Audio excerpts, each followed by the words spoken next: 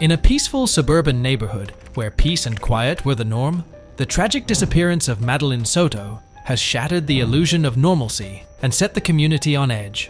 Underneath the surface of this perplexing case, detectives are uncovering long-lost links and secrets, casting doubt on the community's long-held beliefs. As the story takes unexpected turns, finding Madeline becomes an urgent matter of time. You'll be engrossed in a riveting narrative where each clue holds the potential to unravel the enigma. Will we ever find out what happened, or will Madeline's story always be a mystery to those who were left behind? Immerse yourself in the mystery that will shake this small village to its foundations and leave you gasping for air. In Kissimmee, Florida, on February 26, 2024, it was reported that Madeline Soto, who was 13 years old at the time, was missing. An ordinary day quickly turned into a nightmare for her family and the community, despite the fact that it had begun as a routine day. In today's episode, we delve into the terrible case of Madeline Soto, revealing the specifics of her abduction and the investigation that followed. On the morning of February 26th, Madeline Soto's mother was the last person to see her daughter.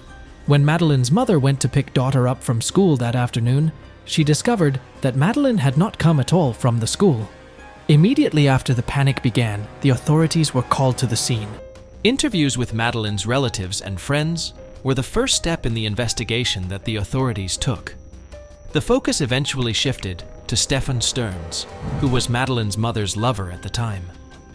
Stearns asserted that he had delivered Madeline to school that morning, but the findings of the investigation were not entirely convincing. It was discovered that Stearns' account included contradictions when surveillance footage from the morning of Madeline's disappearance was analyzed. It was observed that he drove around the neighborhood for a considerable amount of time, but he never brought Madeline to school. The camera, on the other hand, showed Stearns handling what seemed to be a lifeless person and placing it in the trunk of his vehicle. Investigators found Madeline's remains in a wooded area in Osceola County on March 1st, 2024. Madeline had been missing since March 1st. Because of the discovery, her family and the community were able to confirm their darkest suspicions. Instead of focusing on a case involving a missing individual, the probe has suddenly turned into a homicide investigation. Stefan Stearns was taken into custody and charged with many counts of child sex abuse in addition to first-degree murder pending charges. A frightening amount of evidence, including materials relating to child sexual assault, was taken from Stearns' phone and revealed by the prosecution. A possible explanation for the murder of Madeline was supplied by these pieces of evidence.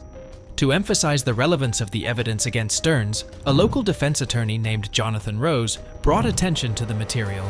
It is not only that the inclusion of explicit items on Stearns' phone bolstered the prosecution's case, but it also created a terrible picture of the circumstances that led up to Madeline's death.